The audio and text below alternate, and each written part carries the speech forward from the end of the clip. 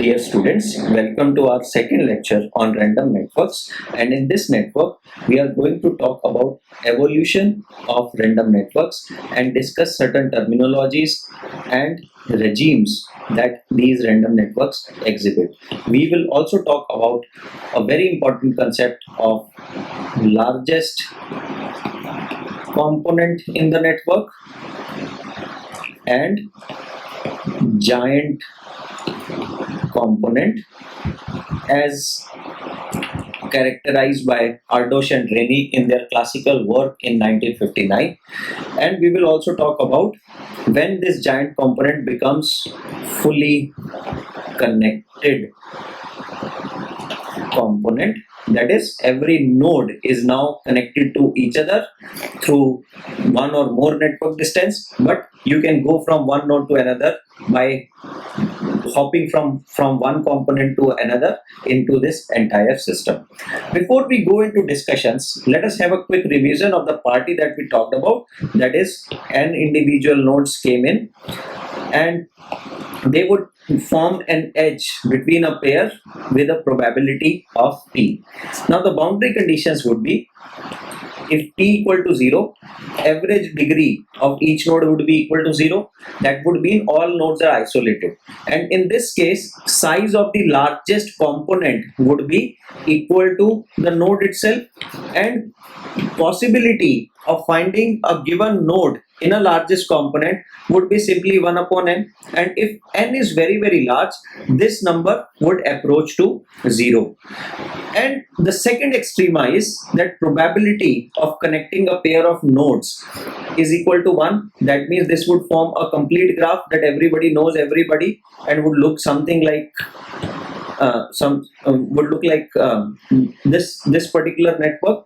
And what would happen is that average k in this case would be equal to n minus 1, because each node would be able to connect to other n minus 1 nodes, and in this case we would expect that the size of largest connected component would be equal to number of nodes itself, and hence ng upon n equal to 1. So this can be approximated as 0 and this is equal to 1. But when we talk about evolution of random networks, we are interested to see that what happens if we gradually increase p, which results in increase of k, and how the size of ng changes. Is it a gradual shift or some other phase transitions happen? And that's what we call as various regimes that we observe in random networks. Now intuitively we would expect that as we increase p, this variation in size of ng should be gradual. It will keep on increasing, and as p becomes 1, we would see a fully connected network, and when p equal to 0, we see ng is approximately equal to 0. However, we would be surprised when we will see that lot of things happen as we keep on increasing p and hence k, and some of these transitions are abrupt, giving rise to distinct regimes within network. So typically we observe the following regimes in a given network. That is, first would be subcritical regime. What would happen in subcritical regime? That average degree of each node, not each node, average degree of a network would be somewhere between 0 and 1, which would mean that probability of having a connection between a pair of nodes would be less than 1. Second would be critical point, and we will talk about what this critical point is, who discovered that, how it was found. And critical point would be a point where average degree of network is exactly equal to 1, and probability of connection between a pair of nodes can be approximated as 1 by n. Third would be supercritical regime, and what happens in supercritical regime? We see that on an average k is greater than 1, and hence probability is also greater than 1 by n. And finally we get to see connected regime, And in connected regime, we see that average k of a network is greater than log of n. Now, this would be a big number, much bigger number than 1 if we talk about real world systems, which typically have hundreds and thousands of nodes. For example, in social network, you would expect a billion of nodes, and you would see that average degree is going to be a big number in such cases, and hence this is a very large number as compared to other cases we are talking about. And we see that when average k is greater than log of n, we are in something called as connected regime, where everybody is connected to everybody, despite being the fact that network would still be sparse. And that's what we are going to discuss, that what these regimes mean physically and in the context of networks, and why they are important, and how they also compare to some real world systems. So let us start about emergence of giant cluster. And we say that giant cluster would emerge when major fraction of nodes become part of the largest connected component. Now, this can be defined in a loose sense, that how we define major or significant. And Ardosh and Rainey in 1959 showed that for this giant component to emerge, average k should be equal to 1. That means on an average, each node should be connected to at least one other node, resulting in a structure like this. So in this case, you see that on an average, all these nodes have degrees greater than 1, and hence we say that there is some big cluster that exists in a network with on this toy example.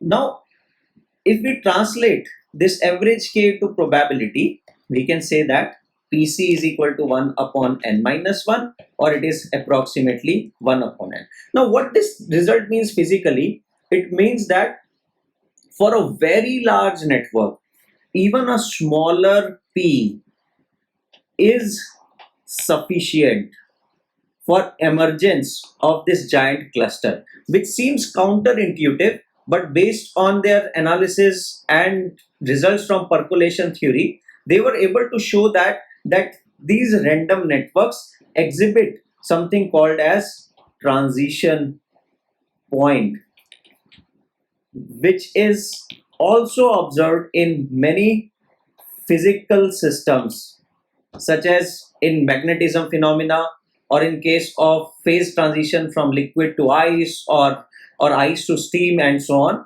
So this transition points, which is analogous to physical phenomena that we observe, results in some unexpected transitions in random networks, giving rise to various regimes. Now, before we go ahead, let us again revisit our subcritical regime, that what happens in subcritical regime.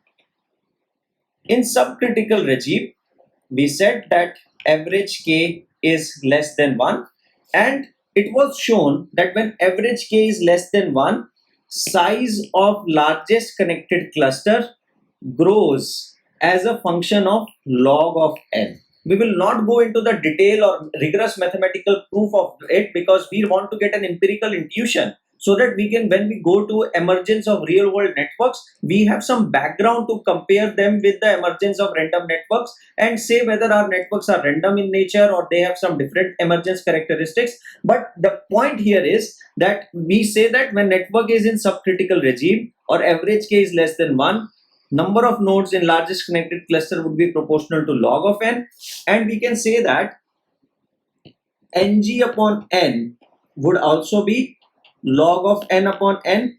And if n is very large, or n tends to infinity, log of n upon n would tend to 0. That means that in subcritical regime, we would expect various components to exist in isolation. Hence, no giant component is able to emerge when average k is less than 1.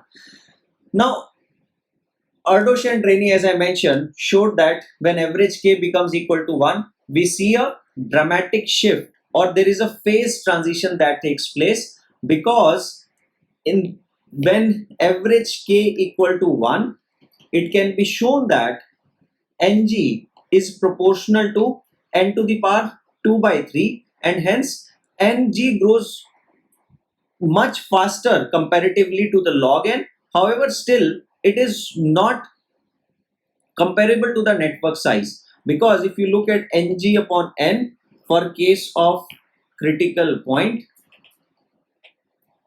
ng upon n would be given by n upon 2 by 3 upon n, which is approximately n to the power minus 1 by 3. However, if you look in what is the difference between subcritical region and critical point with a network of size, let's say that our example is our social network, which has 7 into 10 to the power 9 nodes. You could say that for first case, ng can be approximated as log of 7 into 10 to the power 9, which is approximately 22, and at critical point, ng can be approximated as 7 into 10 to the power 9 raised to power 2 by 3, which is equal to 3 into 10 to the power 6. So just between k less than 1 and k equal to 1, you see that there is an abrupt transition in the number of nodes in connected component, and hence we say that the giant component begins to emerge. Still, if you look at the proportion, in this case, ng upon n is 3 into 10 to the power 6 upon 7 into 10 to the power 9, which is still sum of order 10 to the power minus 3. That is, it is not comparable to network size. That would mean that there would be a big component in which 3 into 10 to the power 6 nodes are present, and other nodes will exist in smaller tree-like structures, and hence we say that although that giant cluster or largest connected component has emerged as a giant component, it is still not a fully connected cluster. Now what happens if we further increase k? We enter into the next regime, that is what we say as supercritical regime. In supercritical regime, we have average k greater than 1, which implies probability of having connection between a pair of nodes is also greater than 1. And in this regime, we observe that ng upon n follows average k minus 1, or we can write ng upon n as average k, and average k can be written as p upon n, and we can write this as pc upon n, where pc is the probability at critical point, which is given by 1 by n, because at critical point average k is equal to 1. So we can write ng upon n as p minus pc upon n, where pc is given by 1 upon n at critical point. Now what happens in supercritical regime, that large number of nodes become part of the giant component. However, still there exist some fragments which are not part of this largest connected clusters, but they are existing as isolated tree. However, the size of largest connected component in this case is much larger than what we observed at the critical point. Now, as we keep on increasing k and we make this k as large as log of n, what we observe that if average k is equal to log of n, we can write probability as log of n upon n, and we say that network is now fully connected, or ng upon n tends to 1. However, one thing to note here is that despite average k being equal to log of n, our network is still sparse.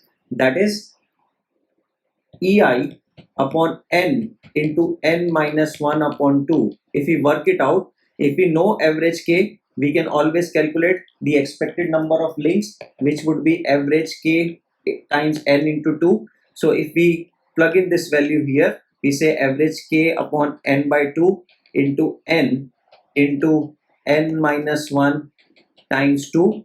We can say that network density in this case would be equal to, this cancels out, log n upon n minus 1, and again as n becomes large, network density becomes a very small number, and for limit case when n tends to infinity, nd tends to 0.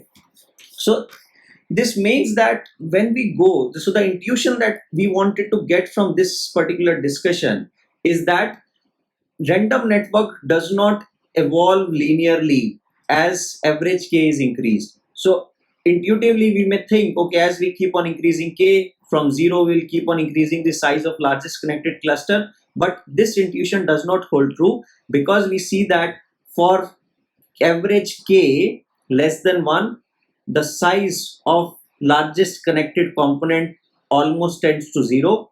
Immediately after 1, we see a sharp change, what we call as a phase transition, and when we cross a point where average k is greater than log n, we get to see a fully connected regime.